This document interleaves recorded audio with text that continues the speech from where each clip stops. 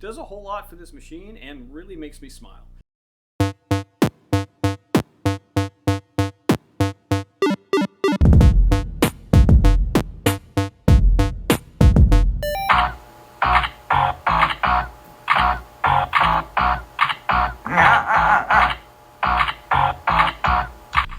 Greetings, ladies and gentlemen. Welcome to the channel. Thank you so much for checking us out. Today, we are going to be covering the top 5 things I think that you could do to any old pinball machine and really give it a breath of fresh air and make it look new and absolutely play fantastic. But first, if you like what you're seeing, go ahead and click subscribe, like the video. I got a ton of great stuff coming for you, and we're just getting started.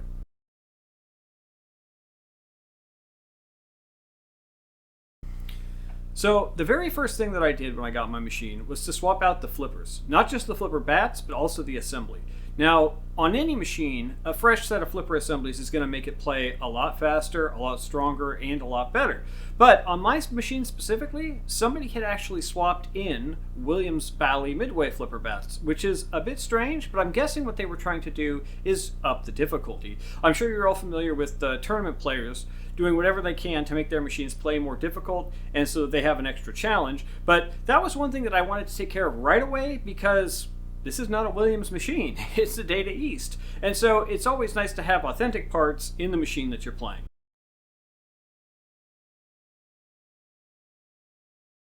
Next, there were some decals that were missing from the machine. One on the handle of the gun, the auto plunger, and second on all of the drop targets. I'm guessing this is because the drop targets had just been shopped, and so all the targets themselves were new, but missing the decals really made it look kind of bland and kind of bleh, and it was a very easy fix. All I had to do was buy the decals online and swap them in. Alongside that, I also updated the plastics on the machine. Not all of them, but there was one above the Lethal Weapon 1 buck or saucer that needed to be swapped out.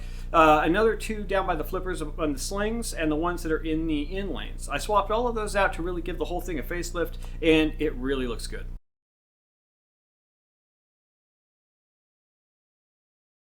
Next, I really wanted to fix the outside of the cabinet. There were a couple of dings and then just places in general where paint had chipped or faded, and I was able to find the specific paint formula online thanks to the community members out there that know that type of thing. And I took the formula into Home Depot, and they were able to mix me up a batch really quickly.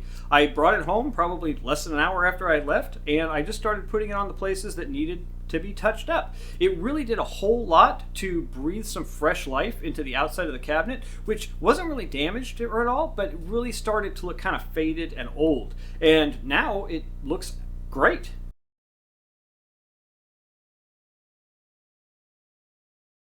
Next on my list was the lights. I really wanted this to have a full LED conversion, and most of that was done for me when I got the cabinet. However, some of the lights weren't in their correct colors, and some of them were glaringly noticeable. For example, the blue wire lights in the inserts for the pick a wire and cut it mode in the game, they were just white. So it was red and white, and it would tell you blue wire, and you wouldn't have any idea what you were doing unless you already knew the game. So I swapped those out. I think they look really great. Another thing was above the freeway entrance, there was only the red light. So instead of having a red, green, and yellow light, it was just red, white, and white, which also just didn't really look great. But for anybody out there who's looking to really update their pinball machines, I know this is probably not news, but an LED conversion goes a whole long way to making your machine look amazing. One bit of caution though, definitely err on the side of being conservative with your lights. I know you have the opportunity, since it's yours, to do whatever you want, and if you want to do something and you have the vision, more power to you, but at the end of the day, going with schemes that looked either identical to their original version or at least close enough to them that it's not crazy outlandish is going to help retain the value if you want to go and sell it without swapping all the lights again.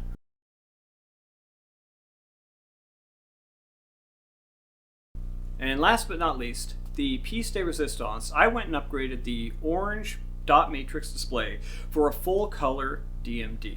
Now, what this does is it makes all of the animations, all of the explosions, all of the blood, all of the guts, all of the gunfire, all of the mayhem, and all of the fun instead of it just being shades of orange, it's in full color, which looks tremendous and oftentimes is quite hilarious. But it's an upgrade that I can't really imagine being without, especially for a game like Lethal Weapon 3, where you have to watch the DMD monitor often. Right, they're constantly showing to you with stunt modes and with the Uzi modes and everything. You have to watch the screen a lot, and so being able to see all that stuff in full color animation does a whole lot for this machine and really makes me smile.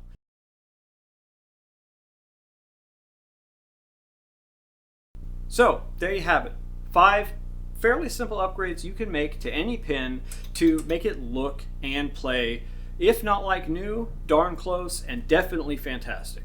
If you like what you're seeing, subscribe to the channel, like the video. What else is there to say except I'm Lawrence Adams, this is the Midlife Arcade, we are the Pinball Underground. May all your scores be high and may all your balls be extra.